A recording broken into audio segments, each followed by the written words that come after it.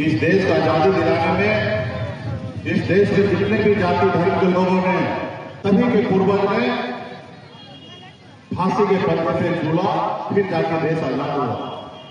ये देश अभी किसी एक जाति और एक धर्म का नहीं है। इस देश में जितने भी नागरिक हैं सभी का उतना ही अधिकार है, चाहे वो रतन टाटा हो, अंबानी हो, अडानी हो, या देश के प्रधानमंत्री हो, या एक गरीब मजदूर का बेटा किसान क्यों न हो, सबका भी उतना ही अधिकार है। लेकिन अभी कुछ लोग हैं बच्चों से दिखाते हैं कि ये मेरा है, ये तुम्हारा है, तुम यहाँ पे नहीं हो, वहां के हो। अब बताइए, अब ऐसा लग रहा है कि वो सिकंदर बनना है, हजारों साल उनको जिंदा रहना है। अरे भैया, इतिहास गवाह है। अब जो है WHO की रिपोर्ट है 60-70 साल, मैक्सिमम 80 साल तक आप जिएंगे। इतने समय में 20 साल तो आपको लगता है बचपन से लेकर कुछ बनाने के लिए 20 साल लग जाता है। अंतिम के 15-20 साल आप वो काम नहीं कर सकते जो आज जवानी में आप कर सकते हैं। बचा 30-40-50 साल। इतने समय में लोगों को गले लगाइए, लोगों की जरूरतमंद को मदद कीजिए, लोगों के साथ भाईचारा बना के चलिए। हमारे आने वाला जनरेशन कितना अच्छा आगे बढ़े उनके लिए प्लानिंग कीजिए। लेकिन आज क्या करते हैं कि हमारा आने वाला जनरेशन गुलाम बने, उसके लिए काम करते हैं। जैसा लगता है हमेशा आप ही को रहना है इस धरती पर, जब तुमको और सत्य पता है कुछ समय के बाद हर एक इंसान को इस धरती से जाना है। जिस व्यक्ति का जन्म हुआ है उसका मृत्यु एकदम ही अटल सत्य है। लेकिन कुछ लोग हैं अगले आने वाला पीढ़ी का नस्ल को खत्म करने में लगे हुए हैं, अपना वाहवाही करेंगे। हमारे लोग बिहार में परेशान हो रहे हैं, दूसरे राज्य में मजदूरी बनकर जिंदगी जी रहे हैं, उनके लिए सोचेंगे नहीं।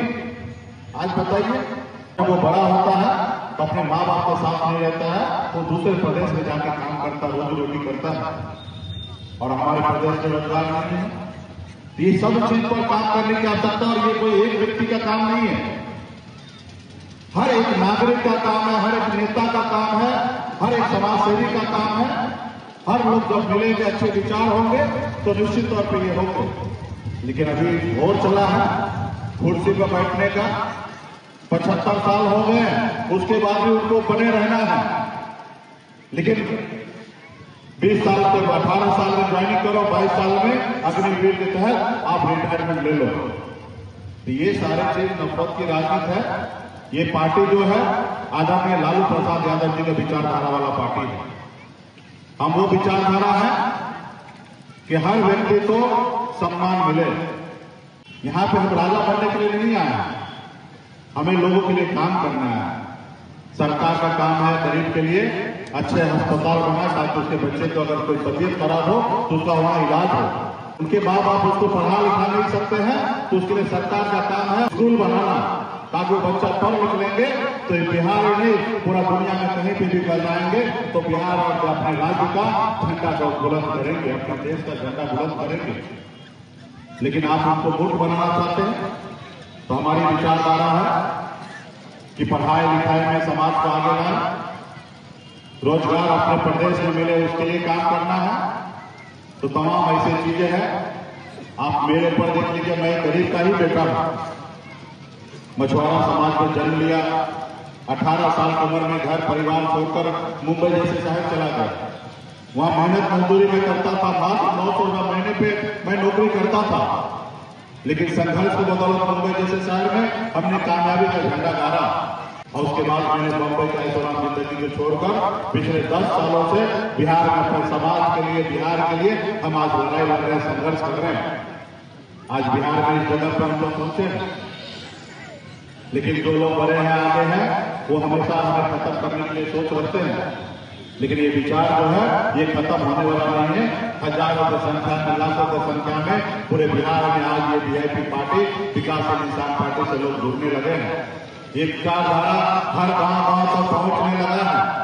और निश्चित तौर पे जब आप हमारे साथ जुड़ेंगे, कल का जो बिहार होगा निश्चित तौर पे आज से अच्छा होगा। और जब हम लोग नहीं रहेंगे तो आपको हमको ऐसा बिहार बना के जाना है कि कि आने वाला पीढ़ी जो है हमसे भी बेहतर बिहार बनाए, ऐसे हमारे सोच रखना है। तो इसलिए हम लोग तमाम सभी जाति को लोगों को हम लोग जोड़ रहे हैं। हम लोग पिछड़ा समाज से आते हैं। हमारा सोच है हर समाज को, हर वर्ग के लोगों को सम्मान मिले। तो ये सारी हमारी चीजें हैं। अभी आप लोगों ने यहाँ पे आया है, पार्टी को ज्वाइन किए हैं, आप सभी को धन्यवाद देता हूँ। आप पार्टी के विचार को गांव-गांव तक पहुंचाइए और निश्चित तौर पर कल जो सरकार हमारा बिहार में महागठबंधन में सरकार होगा, जिसमें आप सभी ने आप देखा होगा कि बहुत सारा योजना, बहुत सारा हम लोग घोषणा पत्र है, संकल्प पत्र है, उसके अनुकूल हम लोग काम करेंगे। बिहार के युवा बिहार में कैसे रोजगार मिले उस पर हम लोग काम करेंगे। बिहार कैसे आगे बढ़े पूरे देश में उसके ऊपर हम लोग काम करेंगे। हम लोग कुर्सी के पीछे भागने वाले नहीं हैं। मैं बिहार में मंत्री भी बना था, लेकिन मैं कुर्सी से चिपका हुआ नहीं था। आप देखेंगे आज की सरकार, माननीय मुख्यमंत्री नीतीश कुमार जी को लोगों ने पसंद किया। 2005 में बिहार के मुख्यमंत्री बने और 12 तक बिहार का हर एक नागरिक कह सकते हैं कि माननीय मुख्यमंत्री नीतीश कुमार जी बहुत अच्छा काम किए। अब 12 के बाद 13 से मोदी जी से लड़ने लगे और 13 से लेकर अभी 25 चल रहे हैं, यानी कि एक दशक से ज्यादा समय से वो कुर्सी के लिए लड़ाई लड़ रहे हैं। देश के प्रधानमंत्री जी 2014 में आए और उन्होंने नारा दिया था कि हर साल 2 करोड़ युवा को नौकरी देंगे। हमारे देश में बहुत सारे नेता पैसा चोरी करके और विदेश में रख दिया है। हम सरकार में आएंगे और विदेश से सारा पैसा लाकर हिंदुस्तान में हर एक नागरिक को बांट देंगे और एक एक नागरिक को 15-15 लाख रुपया देंगे। देश के लोगों को लगा भाई ऐसा महान विचार, निश्चित तौर पे हमारा देश आगे बढ़ेगा। वो देश के लोगों ने उन पर भरोसा किया और देश के लोगों को भी एहसास हो रहा है कि हर साल 2 करोड़ नौकरी, यानी कि 11 साल हो चुके मोदी जी को, 11 मतलब 22 करोड़ नौकरी होना चाहिए। अब 22 करोड़ छोड़िए, 22 लाख नौकरी आज तक उन्होंने नहीं दिया। 22 करोड़ तो दूर की बात है, 22 लाख नौकरी नहीं दिया। विदेश से काला धन क्या लाएंगे? ऑलरेडी हिंदुस्तान के कितने लोग उद्योगपति आज हिंदुस्तान छोड़कर विदेश चले गए हैं। कई लाख लोग हिंदुस्तान से दूसरे देश के नागरिक बन गए हैं। तो ये सारी चीजें इनकी हैं और ऐसा चलता रहेगा तो हमारा देश बहुत पीछे चला जाएगा। तो अभी आने वाला समय में भी मोदी जी से तो हम तो कुछ कर नहीं सकते हैं। मैं ऊपर वाला से प्रार्थना करूंगा कि मोदी जी भले 11 साल जैसे निकाले, अभी 4 साल मोदी जी के पास बचे हैं और 4 साल में कुछ उनमें ऐसा हो कि वो देश के लिए कुछ अच्छा करे। और हम लोग अभी आने वाला पीढ़ी है, हम लोगों को पता है कि देश का क्या जरूरी है। लोग कहते हैं अपने दिल से जानिए पराया दिल का हाल। हम एक खुद गरीब का बेटा है। हम 9-14 महीने में कैसे घर चलाते थे बॉम्बे में, हमें पता है।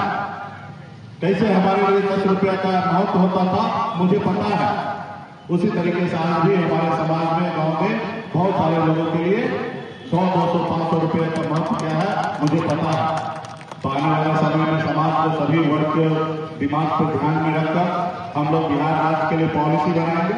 हम आप लोगों से आग्रह करेंगे कि चुनावी साल है, आप लोग मजबूती से वीआईपी पार्टी से जुड़े हैं और वीआईपी पार्टी का प्रचार आप पूरे प्रदेश में कीजिए, अपने जिला में कीजिए, अपने विधानसभा में कीजिए।